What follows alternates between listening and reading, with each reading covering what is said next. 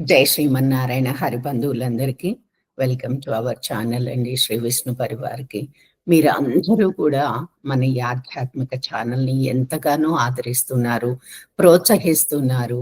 మీ అందరికీ కూడా పేరు పేరున నా ధన్యవాదాలు. నేను మీ వాణి సత్య. జై శ్రీమన్నారాయణ చిట్టి గారు. జై శ్రీమన్నారాయణ గురువు గారు.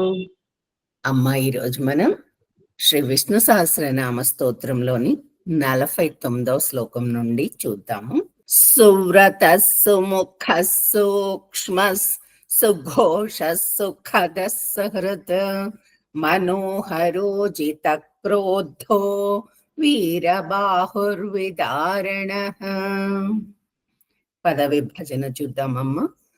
సువ్రతస్ వా కింద రకారం ఉంది. సుముఖస్ ఖ మహాప్రాణం. సూక్ష్మస్ క్ష కింద మకారం సంయుక్తాక్షరం. సుఘోషస్ ఘ మహాప్రాణం. సుఖదస్ ఖ మహాప్రాణం. సుహృత్ మనోహరో జిత క్రోధో క కింద రకారం సంయుక్తాక్షరం. ఢ మహాప్రాణం. వీర బాహుర్ విదారణ. మహాప్రాణాలు చాలా వచ్చినాయమ్మా, చాలా గట్టిగా పలకాలి. అలాగే సంయుక్తాక్షరాలను కూడా కొంచెం ఒత్తి పలుకుదాం. ఆఫ్లైన్ చూద్దాం. సువ్రత సుముఖ సూక్ష్మ సువ్రత సుముఖ సూక్ష్మ సువ్రత సుముఖ సూక్ష్మ సుఘోష సుఖద సుహృత్ సుఘోష సుఖద సుహృత్ సుఘోష సుఖద సుహృత్ మనోహరోజిత క్రోధో మనోహరోజిత క్రోధో మనోహరోజిత క్రోధో వీరబాహుర్విదారణ వీరబాహుర్విదారణ వీరబాహుర్విదారణ. Line wise.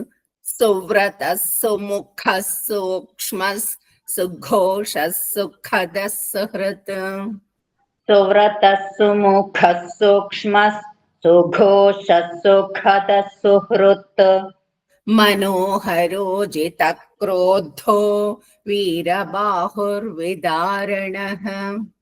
మనోహరోజిత క్రోధో వీరబాహుర్విదారణ. పూర్తి శ్లోకం అందరం కలిపి. సువ్రత సుముఖ సూక్ష్మ సుఘోష సుఖద సుహృత్ మనోహరోజిత క్రోధో వీరబాహుర్విదారణ. 50వ శ్లోకం. స్వాపన స్వవశో వ్యాపీ నైకాత్మా నైక కర్మకృత్ వత్సరో వత్సలో వత్సీ రత్నగర్భోద్ధనీశ్వర. పద విభజన. స్వాపనస్ సా కింద వకారం. స్వవశో మళ్ళీ సా కింద వకారం. వ్యాపీ వా కింద యకారం. నైకాత్మా తా కింద మకారం. నైక కర్మ రా కింద మకారం. ఇవన్నీ కూడా సంయుక్తాక్షరాలు. కృత్ కృత్.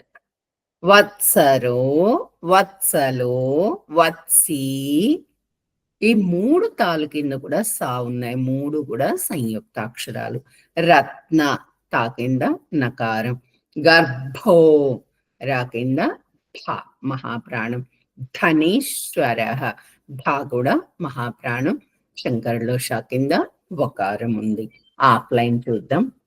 స్వాపన స్వవశో వ్యాపీ స్వాపన స్వవశో వ్యాపీ స్వాపన స్వవశో వ్యాపీ నైకాత్మా నైక కర్మకృత్ నైకాత్మా నైక కర్మకృత్ నైకాత్మా నైక కర్మకృత్ వత్సరో వత్సలో వత్సీ వత్సరో వత్సలో వత్సీ వత్సరో వత్సలో వత్సీ रत्नगर्भोद्धनीश्वरः रत्नगर्भो धनीश्वरः रत्नगर्भो धनीश्वरः वेरी गुड लाइन वाइज स्वापनस्ववशो व्यापी नैकात्मा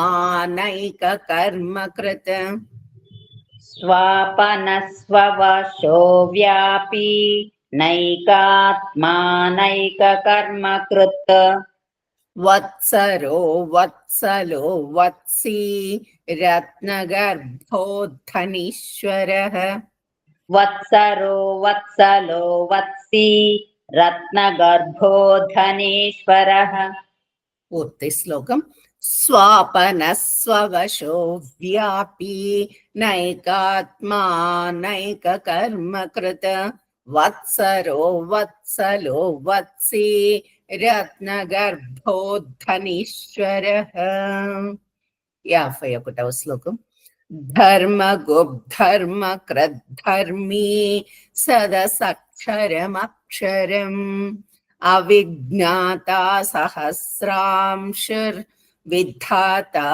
కృతలక్షణః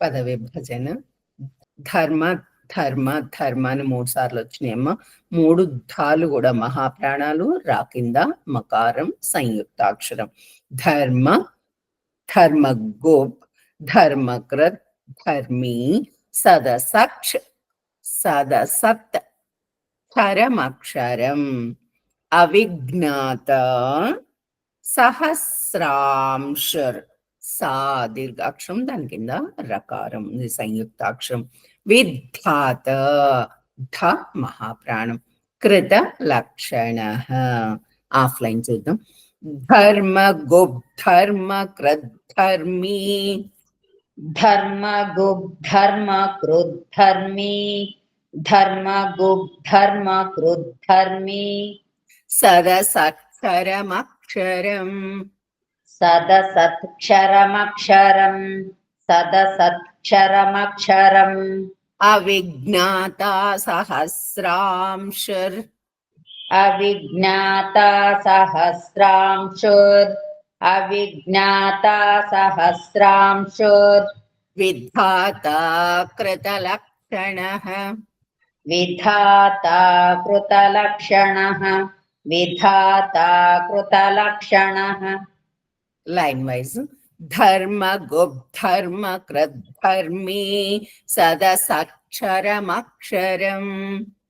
धर्मगुप्धर्मकृद्धर्मी सदसत्क्षरमक्षरम् అవిజ్ఞాతా సహస్రాంశర్ విధాతా కృతలక్షణః अविज्ञाता सहस्रांशुर् विधाता कृतलक्षणः పూర్తి శ్లోకం ధర్మ గుప్ధర్మ కృద్ధర్మీ సదసక్షరమక్షరం అవిజ్ఞాతా సహస్రాంశుర్ విధాతా కృతలక్షణః లాస్ట్ శ్లోకం 52 గభస్తినేమిః సత్వస్థస్ సింహో భూతమహేశ్వరః ఆదిదేవో మహాదేవో దేవేశో దేవభృద్గురుః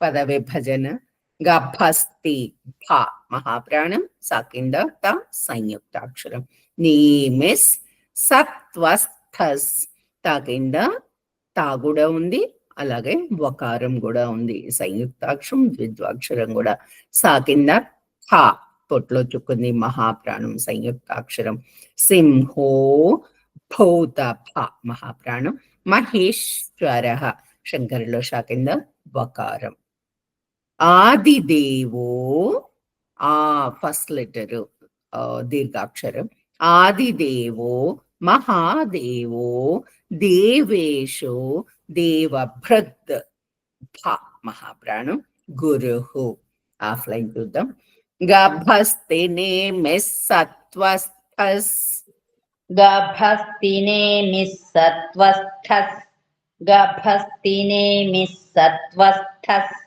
సింహో భూతమహేశ్వరః సింహో భూతమహేశ్వరः సింహో భూతమహేశ్వరः ఆదిదేవో మహాదేవో ఆదిదేవో మహాదేవో ఆదిదేవో మహాదేవో దేవేశో దేవభృద్గురుః దేవేశో దేవభృద్గురుః దేవేశో దేవభృద్గురుః లైన్ వైజ్ గభస్తినేమిః సత్వస్థస్ సింహో భూతమహేశ్వరః గభస్తినేమిః సత్వస్థస్ సింహో భూతమహేశ్వరः ఆదిదేవో మహాదేవో దేవేశో దేవభృద్గురుః